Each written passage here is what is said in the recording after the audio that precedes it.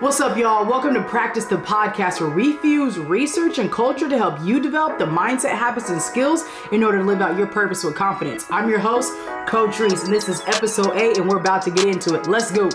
We're talking about practice. Not a game. We're talking about practice. Practices are meant to be competitive. They're meant to be competitive. If your practices are more competitive than the games themselves, you're doing the wrong thing. Yo, if you are serious about growing personally and professionally, then this episode is for you. We are talking about the confidence and the growth partners that you need in order to really become your best self. So what I'm really calling this episode is you better get you one of those, not a chicken salad. We're talking about a mentor. We're talking about a confidant. So yes, you might want to get you a chicken salad, but today we're really talking about getting you a confidant and a mentor and some growth partners around you that are going to help you literally grow into being the person you were meant to be. First piece is somebody I respected. You cannot have somebody in your intimate village, somebody who's a growth partner, somebody who is a confidant, if you don't respect them. Respect is the bare minimum when it comes to having these level of intimate relationships. Now, the past couple episodes, we've talked about relation spaces as a whole, right? And what that looks like to have people in your community, what it looks like to have people as acquaintances, and what it looks like to have friends, right? And the difference between the three. Now we're getting closer to you. And if you look at the photograph or the diagram of relation spaces, you'll see that the closer you get to you, the smaller the circles go and the more intimacy you have. And so it is very important, if you want to become one of the best at your craft, the expert at your craft, a master at your craft, just somebody who is like sought after, who wants to be able to have a certain level of competency at your craft, you're going to want to have some growth partners, right? If you just want to be the best you want to be an accountable you, an integrous you, a high character you, like you really want to dive into being the best you that you can be, you want to have confidants and mentors that help you do that. So today we're going to dive into what does it really mean and who is it that we need in order for us to be our best selves outside of our friend group, right? Outside of the people that we follow on social media. Like, who are the people that we need in order to help us become our best selves? And I think those people fall into two different groups: growth partners and confidants. Yo, our song inspiration comes from the trilogy Destiny's Child, and the song we're going with today is called Girls. The reason why I chose this song was because of the backstory within it. It opens up with them talking to, I believe it's Beyonce, talking together, like, yo, you look sad, you look like you've been crying, you've been going through it. Like, if you need somebody to talk to, like, I'm your girl, we're all girls. And the bar though is, I'm your girl, you're my girl, we all girls, and I need you to know that we love you. And the reason why this is the anchor for today's episode is because it's important for you to know who you can talk to. Now, the growth partners and the confidants that we're going to dive into today, that's the premise, that's the foundation. You need to know who you can talk to. It is important for you to know who you can talk to before you got to do the talking, right? Before it even comes up, right? When you know, here are the people that I can go to, here are the people that I can lean on, here are the people that are going to sharpen me, here are the people that can hold me accountable, help me grow, all the above. When it's time for that to happen, you automatically know where you need to go, right? You know who those people are. And so you also need these people to give you a reminder. And so I love that this song is saying, I'm your girl, you're my girl, we're all girls, and know that we love you and we're here for you. We also notice when there's something going wrong with you, because this kind of goes back a little bit to that strong friend, right? Like, are you trying to be that strong friend? Some of us are guilty of it. I know I've been guilty of being that strong friend. But the thing that I really want you to get here is this. Regardless of how strong you are, you need people, period. Regardless of how strong you are, regardless of how talented you are, regardless of how intellectual, how great you are at your craft, you need people. And some of the voices from culture that I'm going to bring up today remind us that we need people. Like, I'm talking about Oprah, Michelle Obama, Nipsey, Jay-Z, Issa Rae. Like, if all these people, P. Diddy, all these people need mentors, what makes you think you don't need mentors? All these people need friends and confidants. What makes you think that you don't? And I'm not saying that they're better than you, but if our most are voices of our culture, the most, richest and famous and great at their craft. Forget their money, their ability to execute in their craft. If they need mentors and they need confidants, then we must need mentors and confidants. Simply put. And that's what we're diving into today, y'all. You need people that know the real, authentic you. Like, you need people that are going to allow you to be you and even test out what it's like for you to be you before you even put the you out to the universe. Does that make sense? Like, you need spaces that allow you to wrestle and unfold and run your thought process by and your speech. And I have this idea, like, you need intimate, safe, psychologically safe spaces that allow you to be you and gain comfort in being you before you give it out to the rest of the world. And I'm talking about myself specifically right now, as I go through a big portion of my growth journey. Like, it's important to have spaces and communities and mentors that allow you to be you, that allow you to test out these new forms of you, because you are transforming every single day. And as you're going through this mental transformation, you need to be able to run this by, like, hey, I had this thought. Hey, I'm thinking about this. What do you think about this? And that's why it's so important to make sure you have growth partners and confidants that you're doing life with on a daily, weekly, monthly basis. Because as you transform, you're becoming anew. You got to be able to stress test it. You got to be able to throw this idea up against somebody. That's where that iron sharpens iron comes into play. And the other thought about this is, if you're a leader, leaders need leaders, coaches need coaches, therapists need therapists. Like, there is no ceiling. There is no, I'm here and so now I don't have to have this, right? The best coaches, the best players, the best therapists, the best everything always is trying to figure out, how can I grow and who do I need to bring into my intimate circle to help me to grow?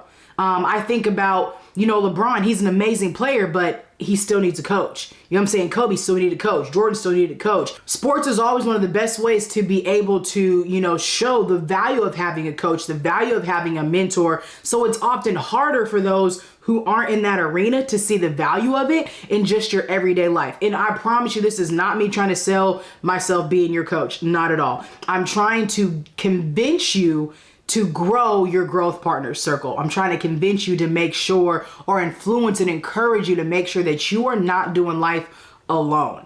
I firmly believe that it's important for leaders to lead like a follower. I believe it's important for leaders to lead like a follower. If you spend time as a leader in spaces where you have to be a follower, I believe that helps you become a better leader. Because we talk a lot about leadership without talking so much about followership. And if as a leader, I'm not privy to what it's like for my followers to follow me or what it's like to be a follower, there can be a gap that can cause dissension between my leadership methods and leadership style that now may prevent my followers from actually being able to follow me. And then if I forget what it's like to be a follower, then that can make it really hard for those who are following me as well. And so if you find yourself in a leadership position where, whether you're a parent, you're a teacher, you're a leader at work, it doesn't matter. You should be in positions in certain spaces where you are also a follower. And the reason why I think this is important is because it keeps you growing, it keeps you learning, it keeps you being a sponge and a student of the game, whatever your game is. And so leading like a follower, I think, is a tactic. It's a growth tactic that allows you to become a better leader. It allows you to connect and empathize with your followers that much more. And so when we talk about our growth partners are coaches, mentors, advisors, counselors, therapists. Those are your growth partners. The reason why these are growth partners instead of being friends is because there's a specific designation for these people in your life. The lines aren't really blurred. They're not really the same thing at the same time, right? There's your coach, your mentor, your advisor, your counselor, your therapist. Like, your counselor and therapist is not your friend. And your friend shouldn't be your counselor and therapist. Right? Like, those are two very different things. We don't want to blur the lines. And that's why there's boundaries there with therapists. Like, that's not my therapist is not my homegirl. And my homegirl is not my therapist. And it's important for you to know the difference between the two. when it comes to mentors and advisors, you should have people in your life that actively just act as a mentor and an advisor for you, for your craft, and help hold you accountable for your growth, help hold you accountable for growing in your craft and executing this in a certain way, but also motivating you. They should be somewhere you're trying to go. They should be somewhere you're trying to grow. They should be able to teach you. I hope you caught that. They should be somewhere you're trying to go, and they should be somewhere you're trying to grow, right? And so it's important to make sure, if you are serious about your personal growth and personal development journey, that you get you a mentor. You better get you one of these. What is it? A mentor. Shout out to Tanisha Godfrey, old girl who went viral for saying you better get you one of these. It's a chicken salad, superior. But I'm saying you better get you one of these, a mentor, superior. And your mentor should be superior, right? They should be somebody who is where you're trying to go, where you're trying to grow, okay? The other reason why it's so important to learn how to lead like a follower is because you get to reposture your heart for humility, right? And opening up a space and saying like, I'm not too good. Like, I'm not too good to learn from somebody else. I'm not too good to be submissive to the learning, the will, the way of somebody else. And I think this is important because a lot of times we think that leadership is just a position and not a heart posture. Leadership is a heart posture, so is humility. And connected to both of those is your willingness and ability to continue to learn. I firmly believe that you can learn from anybody. Anybody. I don't care who the heck it is. I can learn from a 5-year-old. I can learn from a 50-year-old. I can learn from anybody who may be in a completely different life, economic, socioeconomic, heritage, race, ethnicity, anything. It does not matter. I think that you can learn from every single person.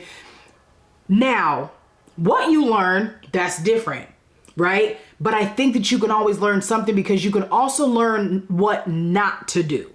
And there's value in learning what not to do. You may look at somebody and be like, not trying to be like them. Cool, study them. What did they do? What were their pitfalls? Like, that becomes a mentor in a different way. I'm not saying go watch and guide them, watch them from afar, because you may not want any of that residue, but look at somebody and say, I don't want that life. And a lot of cats, really, when you think about it, as we grow up, we find ourselves not wanting to be like certain people, and that becomes our motivation for being how and why we are. And that to me is like, it's like backsided destructive mentorship. I'm making this up right here now on the spot as I say it, but it's destructive because we're focusing on what we don't want to be. But I think you can make it constructive because you can take that list and saying, here are the things I don't want to be. Think about how many, young men, and I'm just going to say young black men who say, I don't want to be like my dad when I grow up. Man, he was never, and it comes from a place of anger. Or, man, I don't want to be like my mom. She was woo, woo, woo, woo. Whatever the case may be, is you may see somebody, and more times than not, it comes from our parent, right? And catch this though, who are usually our first leaders? Our parents, right? So for a lot of us, we get a bad taste in our mouth for what leadership is like because of our relationship with our parents. So we often end up saying, I don't want to be like you feeling your mom and your dad. And then you end up putting in all the raising things and I don't want to be a parent like them. I don't want to, right? And then what happens is you end up becoming that thing. So again, one example I like to use as a hooper is I wouldn't tell a player to go to the free throw line and you think, don't miss this shot, don't miss this shot. Where you fix your mind on is where your mind's gonna go. So if you're saying, I don't want to be like this person, I don't want to do this, I don't want to miss this free throw, your actions in your body are leading towards that negative, destructive way. This is also the same when you're having positive mentorship leaders in your life, right? It's going to help guide you in a positive, constructive way. And so there is value in knowing exactly what you don't want, but what I need you to do is refrain. Okay? There is value in knowing what you don't want. I don't want to be like my dad. Cool. Why? Because he was never there. So you're telling me you want to be a man of your word? Cool. That works for me. So and that's what we focus on. We don't focus on not being the dad who never showed up, not being the dad who was inconsistent, not being the mom who never showed empathy. You focus on switching it. You focus on reframing it and saying, I want to be this. I will be this. I am somebody as this, because you can learn from everybody. In being able to see what you don't want to be, how you don't want to grow, how you don't want to lead, will tell you exactly how you do. So you reframe the sentence, and then you make those values. Then you make those your staples, your anchors of, this is the type of person that I am looking to be in my life. This is the type of person that I'm leading to be, right? And then you find people who match these characteristics. And then those become your mentors, whether you are mentored by them immediately, intimately, like you know them personally, or it's through a book, or it's through social media, whatever the case may be, is you then say, I want to find somebody who's going to help me be this person. Right? That's the beauty of each one teach one. That's the beauty of leading like a follower. That's the beauty of humility. That right there, my friend, is the beauty of humanity. Like, that's the why. Like, that's why I think humanity is so beautiful, because, right, you've got the circle of life, but you also have this, it takes a village. And it doesn't just take a village to raise a child. It takes a village, I believe, to allow healthy adults to rediscover themselves. It takes a village to allow adults to get healthy, to live out healthy lifestyles, and then be able to mentor other people on how to do the same. But here's what the biggest thing is before I go any further. Do know, I ain't never talking about perfection. So the one thing that I want you to know to never expect from one leader, from one mentor, from one advisor or coach or therapist or any human is perfection. And for dang sure, not for me, right? And I think that that is a mark of an amazing leader, when they can lead with humility and admittance. Like, I'm not perfect. In one sentence that I think would really embrace or increase the humility and maybe even growth and accessibility for a lot of leaders is if they use the sentence, I don't know. A lot of cats is afraid to say, I don't know. I'll be quick to tell you, I'm not sure. I don't know. I don't know everything, but there's some things I do know a lot about, but there's a whole lot of stuff I don't know nothing about. And I still want to try to learn as much as I can. Right. And again, this is why it's so valuable to be in spaces where you are being led by somebody else so they can teach you something. It's kind of like that thought process where it's, if you're the smartest person in the room, you're in the wrong room. But I like to say, I like to switch things up. If you're the smartest person in the room, find one more room. Okay, find another room. Don't leave that room. You become a mentor in that room. If I'm the smartest person in this room, it's not my job to leave the room. It's my job to mentor the room, lead the room, coach the room, support the room, hold the room accountable, all that stuff for the room. I don't just dip out. But what I need to do is I need to go find another room that now I don't know nothing about. I know a little bit about, but I don't get in this room and I start running my mouth and trying to lead and I just sit there and I soak. So you need a room.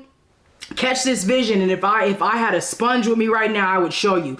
You need a room where you can be a sponge and you soak all that stuff up and then you go squeeze it all out in another room. It's two different rooms. You go in one room, you get filled up, all the knowledge, everything, right? This is you being a follower. You getting poured into. I promise you I'm about to make a TikTok video of this joint later today. And then you go into another room and then you go shoo. You pour all that knowledge into that other room. That to me is the essence of being a great leader. Like that, as you can see, I got excited. That to me is what it means to lead like a follower. That to me is what it means to be a student of the game, to be a leader, to be a learner, to be a scholar, to be somebody who has a severe thirst for knowledge and a hunger to know, but also to teach. Whew. All right.